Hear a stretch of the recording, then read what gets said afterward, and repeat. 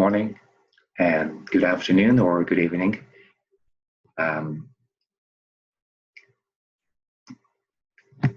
Today I decided to share a message that I had a opportunity to share last Sunday at the New York Zen Center for Contemplative Care.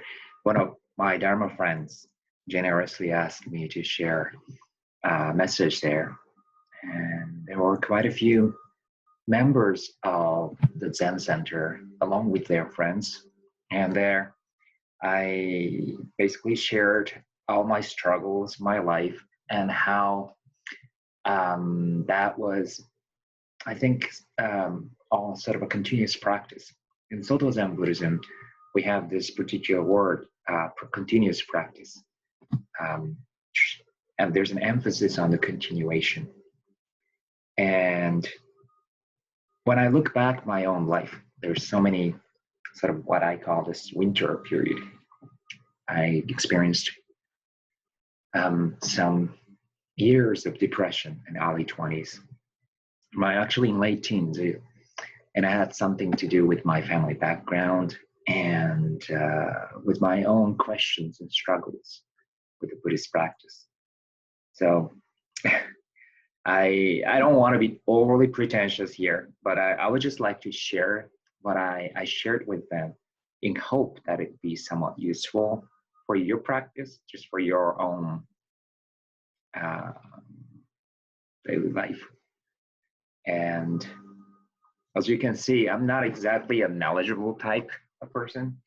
So I would just, all I can do is share my life experience and struggles and things that I noticed, things that I discovered, and how people helped me out as I navigate myself through the ocean of life and death. That's the term they use. So I'd like to start by borrowing this word, quoting this word from Reverend Ekho Miyazaki, who was the 78th abbot of the A.H. Head Monastery. I was there in 1999 and 2000, and he was there when I was just a novice monk training. And one time, before he passed away at age 108, he had an interview. I think it was when he was 106. And then during the interview, he left some very powerful messages that was unfortunately not translated. So in order for our congregation or for our own Sangha community to share and appreciate, I did a translation once. It's a bit of a rough translation, but I think it would still make a lot of sense. He once said, humans are filled with attachment for fame, title, reputation, one's ego. And when you practice Zazen, you don't think of anything. It's important not to dwell in our delusions. Each breath is here in each moment with nothing else.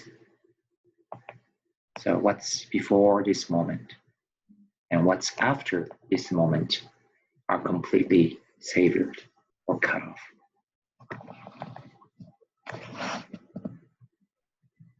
So let us share just a moment of silence.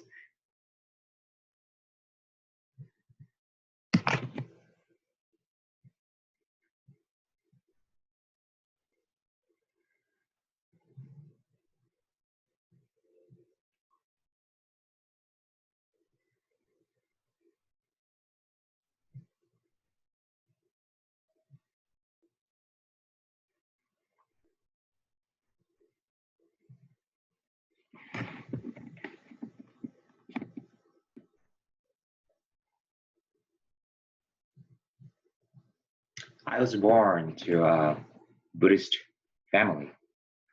My father was a Buddhist priest. My grandfather was also a Buddhist priest. our family started getting involved in a temple life since my great-grandfather's day. And as the new government started in 1800s, my great-grandfather's father left Tokyo and came back to his hometown. And what I heard from my parents was that he drowned and found in a river. And some villagers at the time said he was martyred because he had some fortune at the time. And nobody really knew, and would probably never know what happened then. But my great-grandfather was adopted to a local temple, a small temple. At the time, it was really common for those orphans, maybe siblings, younger siblings of farmers, to be adopted to Buddhist temple.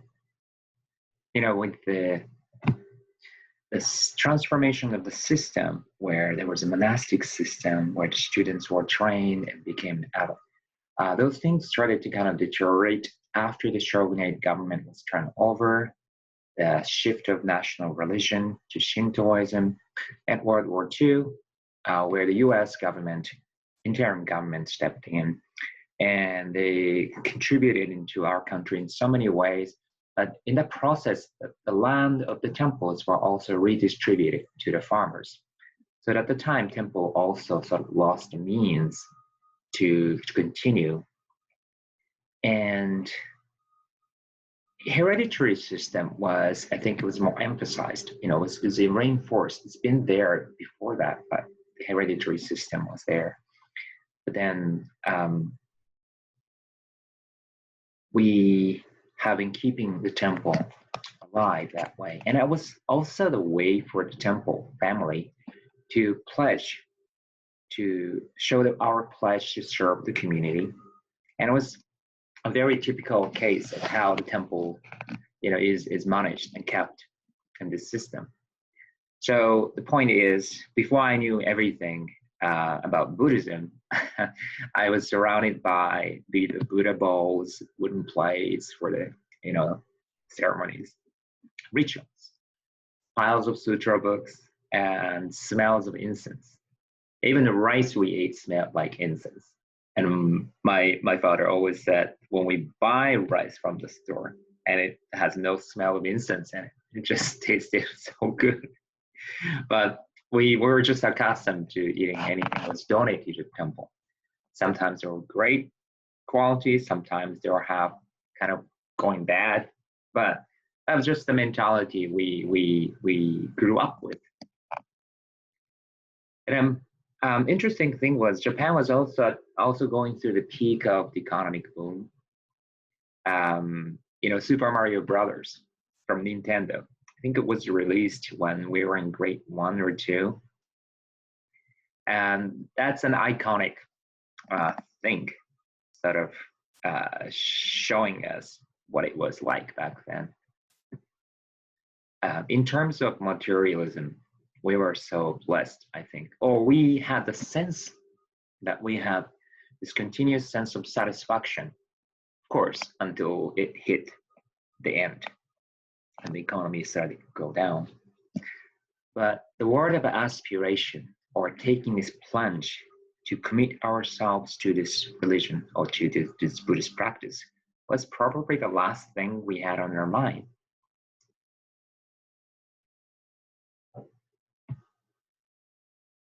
At one point, you know, I tried, but at least I tried to be a good Buddhist student, a good son of the beloved son of the community. One time at school, we had this performance, and during this performance in elementary school, we were assigned to introduce our parents' jobs, occupations. And we each sort of introduced what parents were doing. And I clearly remember that where I was talking about my father's job, priesthood, and I would proudly become a priest for the community one day. And the school principal was like, giving us applause, but that's a good job, you know. That was like how I think the community expected all the Buddhist temples, families to continue to serve the community. My father even said once that if you would not be a Buddhist priest of this particular temple, you should disrobe yourself. So such was, I think, was the expectation, also a little bit of a pressure. So all I guess we have to do was a lot of catching up to do to what's given to us. Nonetheless, it was something we knew we just have to live with. That was a burden, that was a blessing, that gave us structure, that gave us stability, and that gave us a sense of being leashed to something that's out of our control.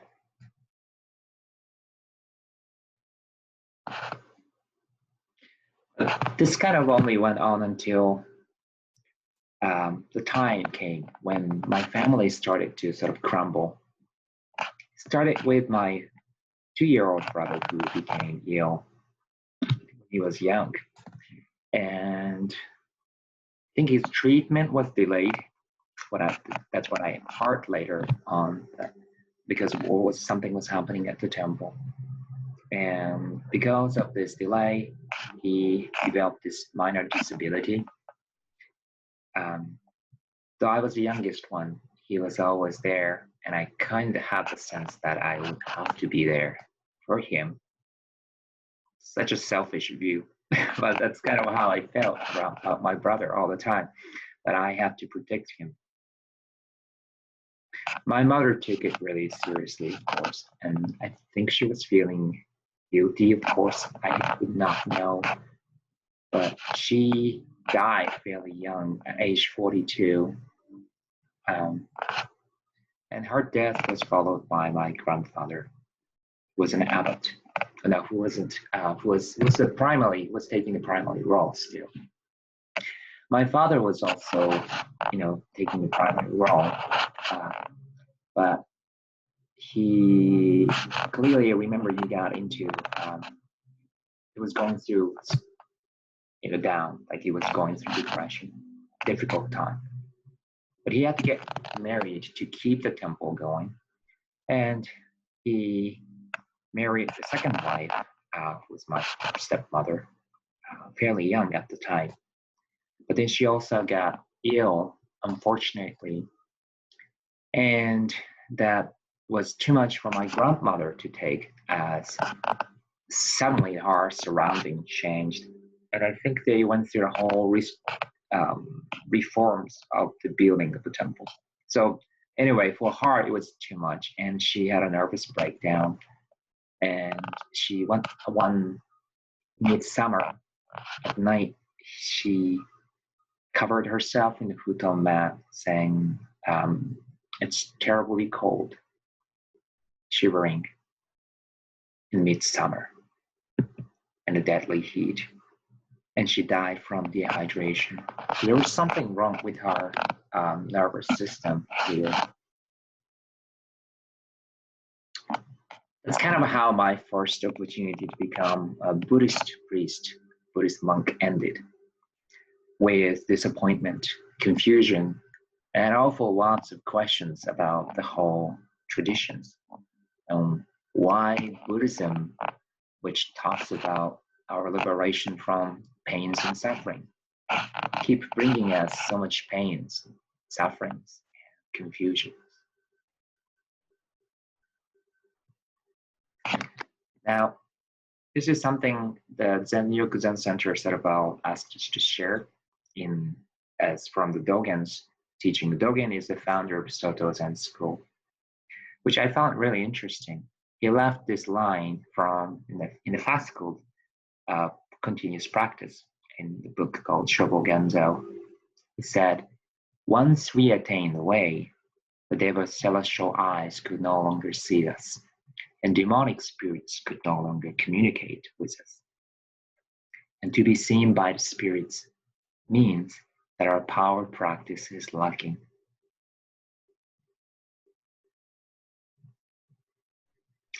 The temple life for me had always been a symbol of burden, pressure, curse. That always came with a mixture of strange blessings that brought us stability and all the opportunities. Also, that took away the livelihood of a family and literally the lives of some of our family members. To me, the demonic spirits are always there haunting me, making me feel miserable. And I always knew that I was in early teens that what an irony that was. So just to reset the whole thing, I wanted to leave the whole thing behind. And like many young people do, I pursued my personal goal to become a translator, work in international field. I think I was just trying to get out of this old, cultural sphere and then be out in open space to be liberated. So that was my alternate way to seek for the liberation from the pain. So I moved to Tokyo and studied at a school called Sophia University, which was built originally as a school by the Jesuit missionaries. So it is still a Jesuit community. And there I met many wonderful teachers. And among them was a Jesuit teacher from Germany, Father Klaus Riesenhuber. And my encounter with him was probably, I could say, the first and most raw sort of genuine encounter with the infinite possibility of the teachings of Zen. And that happened in a Catholic school. I clearly remember those days and how my life was transformed, or so I felt very much. I would wake up a little early and read Buddhist scriptures. And every night I did a compassion meditation, thinking of those I care, extending my peace, my kindness, even those I had difficult relationship with. It was refreshing, invigorating, reviving life, and giving me a whole new taste of life. If you are somebody who's trying this practice, I hope it sounds familiar. But then there were, of course, days I felt, am I doing good enough? Or maybe I'm not. I feel down. Oh, I skipped the meditation. Shoot. There are some times like you don't feel like you're doing too well. I kind of like this very naive but silly analogy of, I mentioned Super Mario Brothers when we were playing, which we were playing when we were kids. And there were also many other different games, like RPG, like role-playing games, familiar. Japan was releasing so many of them. So, but among them was like a game, you go out there in the world, you get some precious items, and you grow. And you get stronger, you make new friends, the world becomes wider and wider, and you improve yourself until you get everything and it suddenly becomes boring. The game is over, so you want to start something else all over again. Our life is like that, and it's an oversimplified explanation of samsara. You could easily disagree with this because I know how silly that sounds, but our wanting to improve, wanting to gain, wanting to become. At the time, it sounds really naive when I think about it now, but I had this scoreboard, virtue points, wisdom point, a compassion point, so something like that. And I do something kind with the check mark. Okay, I did something nice. I get 1 extra score.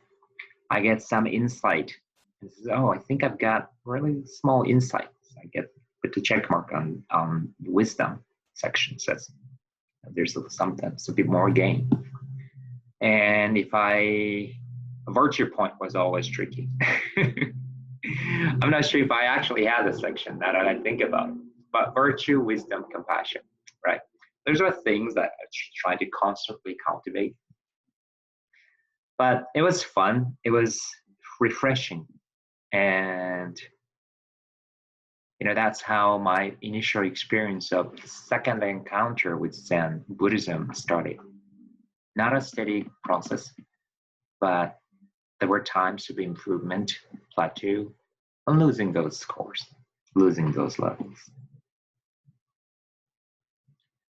Our virtue, merit, good influence on people, achievement, established reputation, and our own contentment or inner peace, or sense of being sacred or serene, sense of being higher. They're all sort of a reflection of our seeking mind still.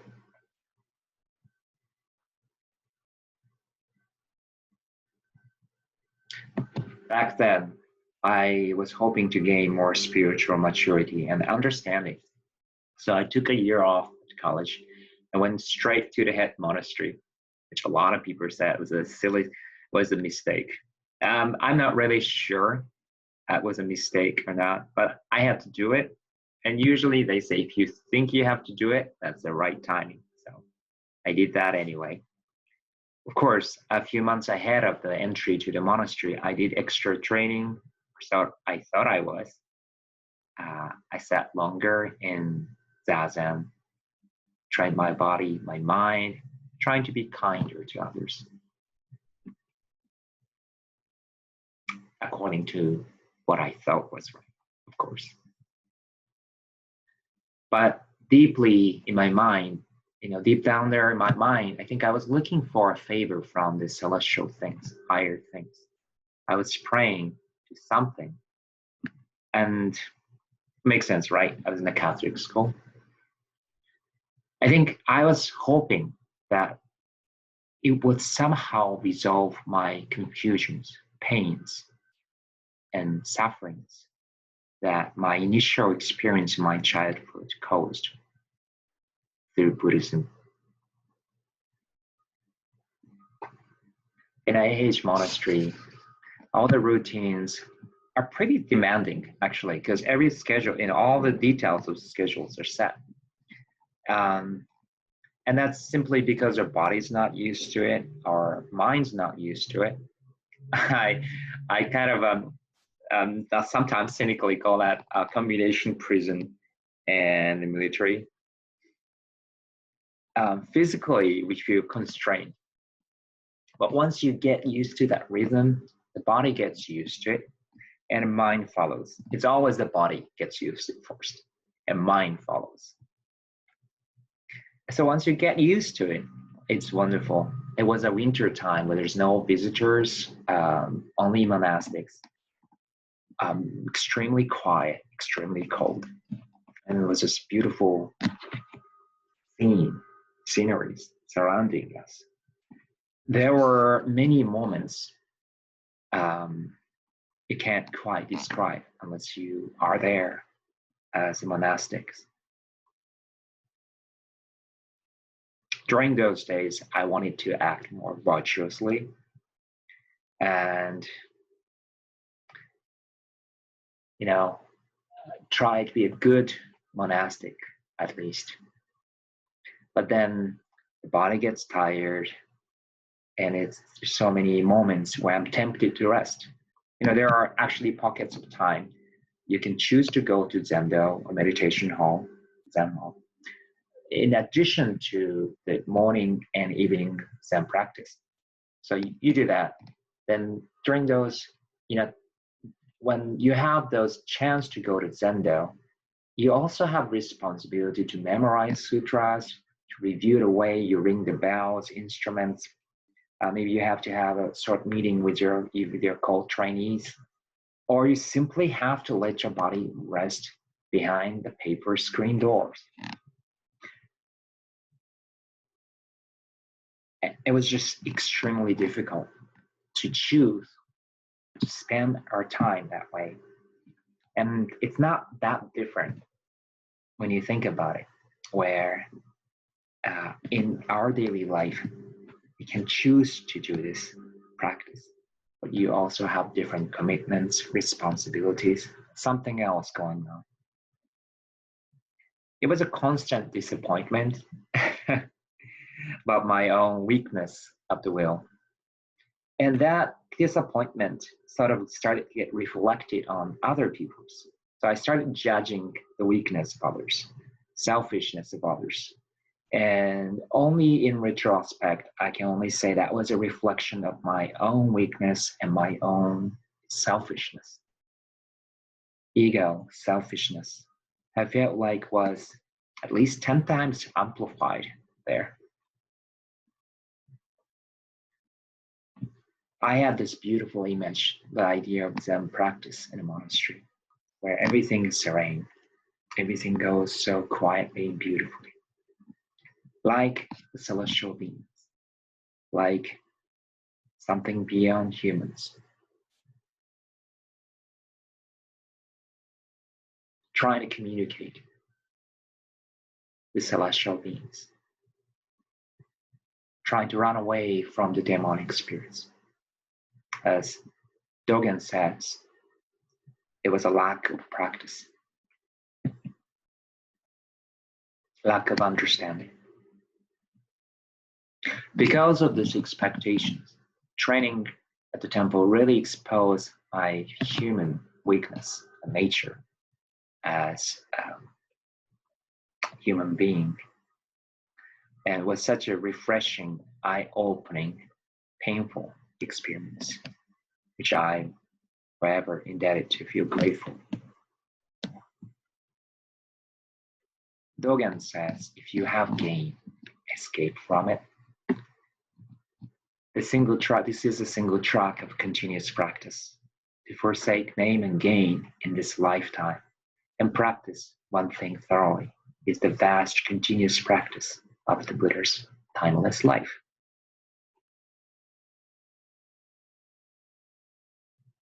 I never thought I had that gaining idea, but it's a bit tricky because you have this securing mindset. I think I still struggle with that today.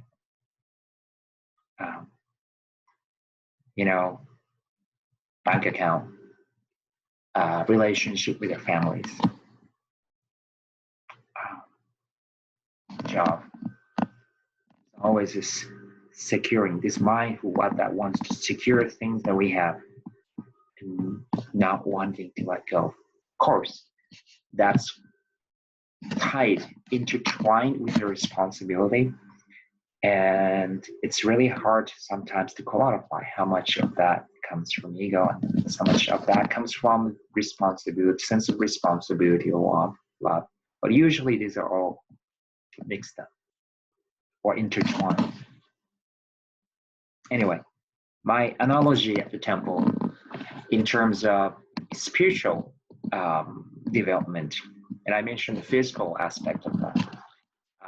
Inside, I felt like this, like all the things that were forming me to be who I was sort of slowly taken down, calmly taken down, one by one.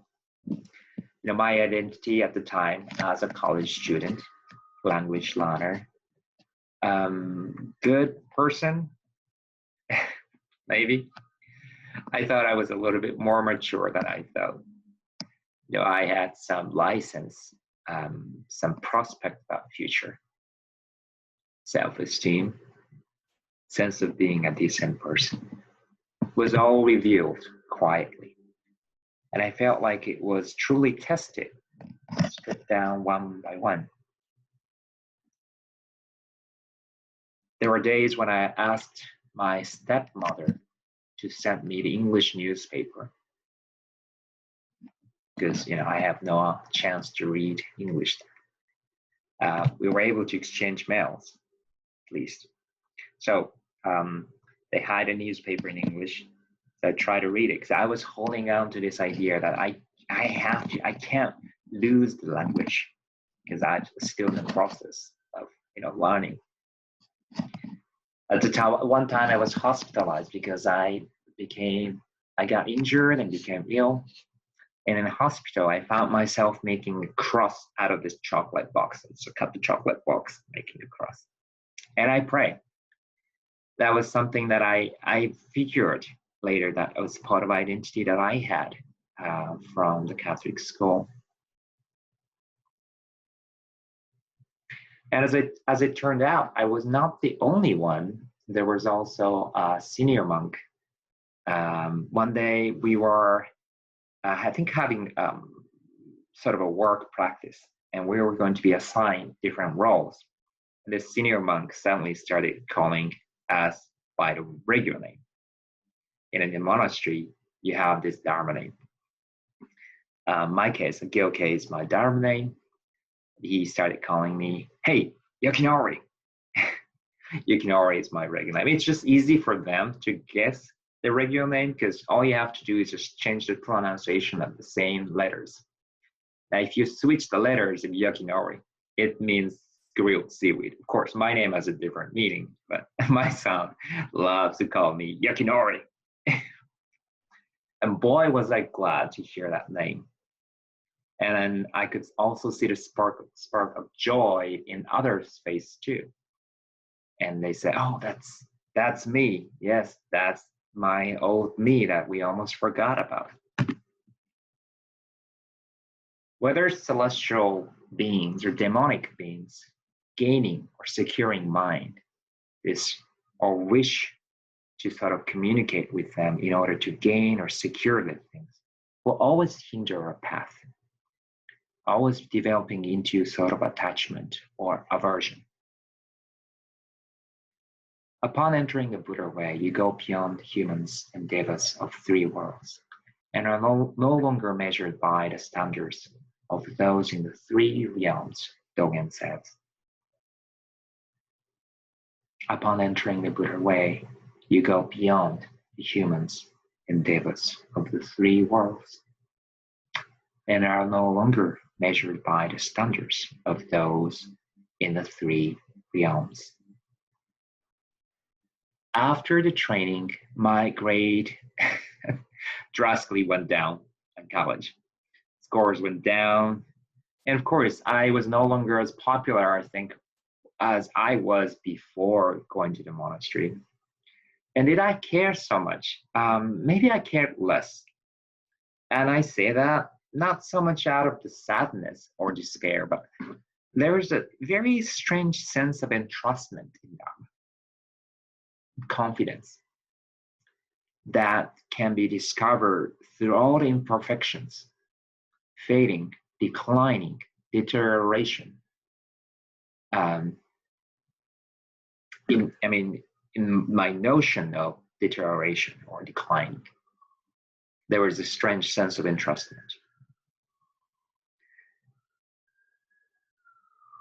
It was the continuity of a practice, what would be happening.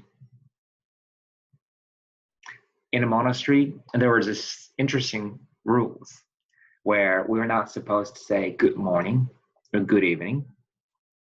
And I hated it.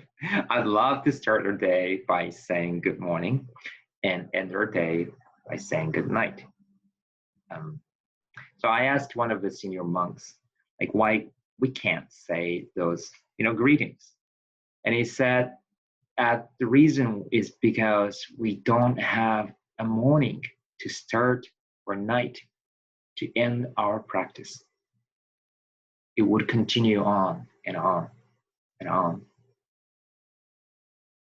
I'm like the type of person who would want to have project A and focus on the project, get one thing done, and maybe we'll take a little break, maybe vacation. Well, vacations is maybe too much to ask for. But then you have another project and you go on. like I said, I have a brother who does things more consistently, and he used to call me like I'm a malfunctioning dynamite. You feel like, people think that maybe I won't do anything, and after a while, you do your job, get your job done. But sometimes I get to enjoy too long a break. My point is, regardless of our own personal reason or preference, or sort of, this self-based or centric rhythm, a body clock even, the practice in the monastery just kept going, continued. And the mindset that we developed there was like, I compare that to swimming in a pool. There are times you swim very fast. Sometimes you can swim very slow. And there are even times you can just float up on the surface of the water. But you can't touch the floor of the pool with your toe, ever. And that's essentially how life continues.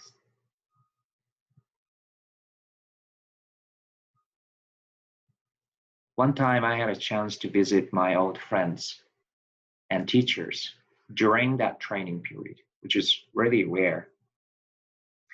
We had a thing called Dharma talk contest. It's like a speech contest. There, I was also, although I was probably one of the newest ones, I won the prize. I won the initial contest. So I proceeded to the finals, and that happened in the branch temple in Tokyo. So my supervisor took me to Tokyo, and during that 2-day trip, he gave me like 3 hours of freedom. He told me that you get to go anywhere you want, just come back in time. I couldn't believe that. You don't really get to have that kind of privilege. And the closest thing, of course, I could find from that particular temple in Tokyo was my old school, my school. So I went back and I had a chat with my teachers and friends, a few friends. And they looked at me and said, "Hey, you look so different." I said, "Of course I look different. I must look like a ninja or something, because I was all in black and with shaved head." But then they went on to say, "Yeah, well, that too, but you seem different and you act different." And then, of course, we would always say to this kind of comments is that we don't know what you are talking about. We don't know what you are talking about. I genuinely said that because if anything, I was feeling like I was failing. I wasn't doing too well. Maybe I was mildly in depression, if anything. The great power of the continuous practice of Buddha ancestors is like a morning dew, gently moistening our skins, as some teachers say. If I borrow Dogen's word, the continuous practice of Buddha ancestors has a great power to awaken both humans and devas, who, however, may not notice that they are helped by it.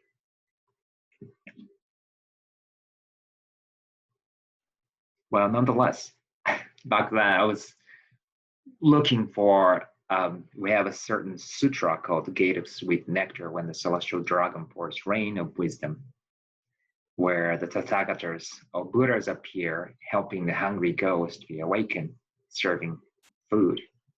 I was just one of those hungry ghosts at the time, wishing for dew from the sky and drenching me, soaking me with those wisdom. I was also desperately looking for the Tathagata, the Buddha, a teacher who would wake me up, open up my mouth and stick all the sacred food and help me get awakened, filling up my empty stomach, hungry ghost. But the continuous practice goes beyond our notions of success, failure, improving, or deteriorating. That's something I learned from this experience. In the continuous practice of the way of Buddha ancestors, Dogen says, you should not be concerned about whether you are a great or modest hermit, whether you are brilliant or dull. Because I didn't know what it was to have this continuous practice, I simply felt like I was a perfect example of a failed monastic. I probably had a very deep depression. Maybe I imagined to be worse than it probably was actually, but I felt down, depressed. So I stayed in Tokyo after finishing the training, coming back to school. I mean, I had to school my school anyway. And it's miraculous that I didn't drop out of school because I was pretty depressed. But just something kept me going, and I finished the school. And during those years, I did a Bible study with all my Christian friends, Catholic friends, or we had interfaith dialogue often with the theology students. And I think at the time I was really looking for clear-cut answers.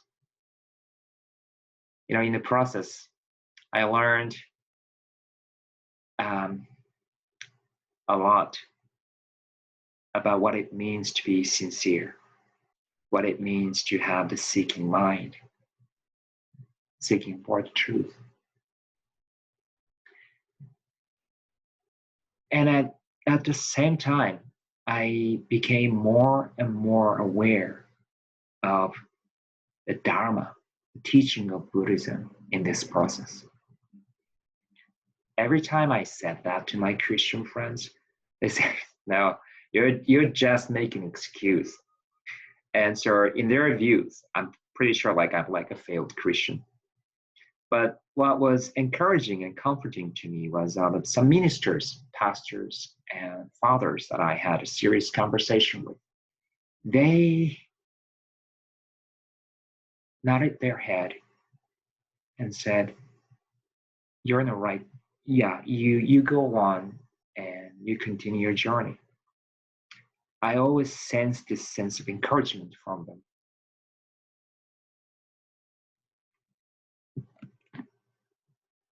After some years in Tokyo, I went back to my hometown, still feeling unsure if I would make a good Buddhist monk or not.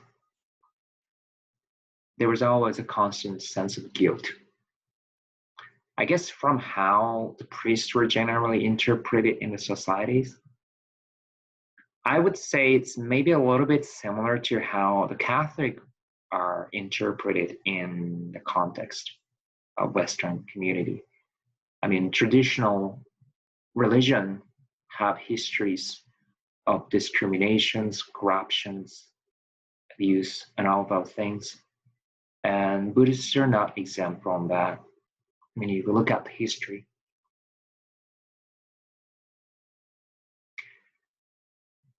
During those days, I was reading Zen Mind, Beginner's Mind from Shinzo Suzuki and his students.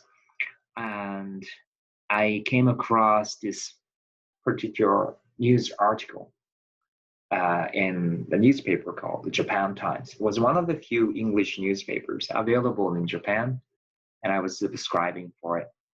In an article, it said this teacher, Zen teacher, Barney Tetsugen Glassman, opened up a new facility, new place called Maizumi Institute in Montague, Massachusetts. Later, I learned that Barney Glassman was from White Plant lineage that originates from Los Angeles Zen Center. So I immediately said, yes, this is it. I need to meet this person. As it turned out, I was one of the very few, if not the only student, Japanese monk, Japanese priest who showed up in this event. When I met him, that was after I think he lost his first partner, spouse. and people said he's was much more energetic or active before that incident, but he still had this immense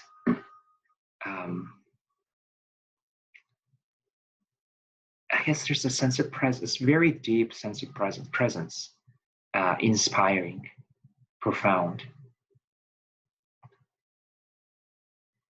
And I was deeply inspired by all his actions, how he's socially engaged, and all the, I guess, sufferings that you can see in a human history, like that Zen retreat in Auschwitz, the concentration camp. He eventually inspired me. He doesn't know about it, but I think my encounter with him eventually inspired me to step into the world of local politics, which was a very controversial thing, of course. And I fought for those who are almost nearly forgotten in small villages as its population shrunk, as the power of municipal government started to shrink. I fought for the children of the immigrants from Brazil and Peru. And coincidentally, I think I was sort of fighting for these hospital workers, undervalued. There was a serious shortage of doctors, or I should say, uneven distribution of doctors in Japan at the time. It was difficult to do. I was constantly facing praises, blames, appreciation, criticism, good reputations, gossips, secret admirers, and secret haters. And myself not being able to explain logically what it was that I was trying to do. I knew deep down there that there was this thing that I wanted to keep doing. Now I have a strong conviction that even if people's notion about me may come in all different colors, in all different labels, with all different labels, the Dharma will not. Because I knew that I was only doing one thing, and one thing alone. And nobody needed to know what it was. And I think that included me, myself. It sounds a little strange if I say that. Right now I work for non-denominational Japanese American Buddhist church. It's a church. It has a lot to do with the history of Japanese American people. And I hope you get to learn a little bit about their culture, community, history of the community and culture in Southern California. And I also work as a part of, officials for the Soto Zen organization. And some aspects of this practice works are a bit contradicting. They contradict when you look at them.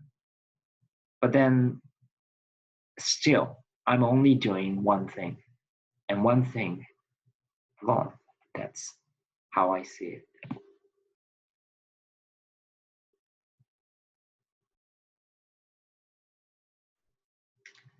Just forsake name and gain forever, and don't be bound by myriad conditions, Dogen says. He continues, do not wait for great enlightenment. Do not wish for non-enlightenment. Zen practice is something we live and experience, not only with our conscious mind, effort, aspiration, conscious doubt, or renewal of aspiration, but also, actually, I think largely, beyond our conscious mind, effort, or conscious aspiration. We trust the thread of the practice of Buddhas and ancestors, which sustains the practice of this very moment, which allows us to continue this practice. And I feel we don't really need to put the name on it, or label this thread. of continuous practice.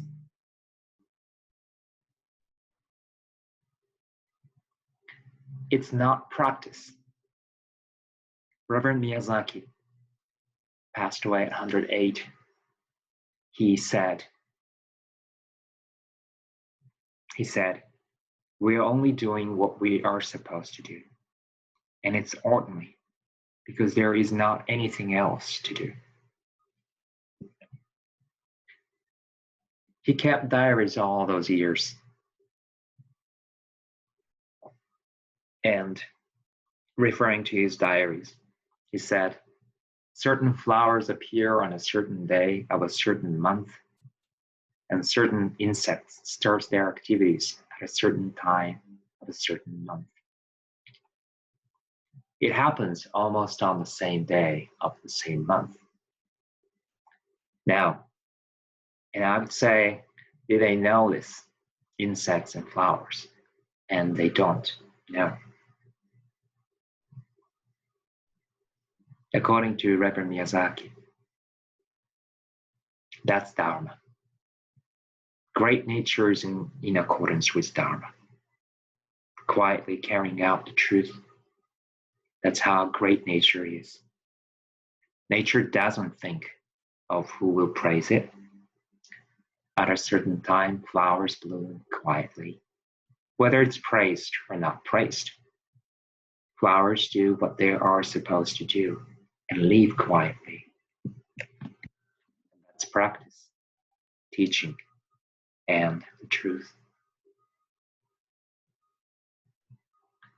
Study it thoroughly, involving body, speech, mind, and your surroundings, Dogen says. This continuous practice is bound to be sustained by continuous practice. Here's my take on this. I think where are the great vessels of the Dharma? We are the summer, fall, winter, and the spring, which is sustained by the spring, by the summer, fall, winter, and spring. And that has also been my experience. If you are that spring, then you're that summer. The same is true. If you're that fall, then you are that winter.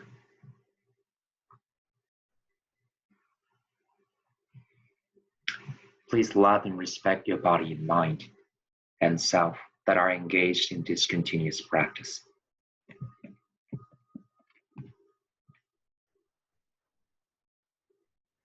So that's what I shared last Sunday.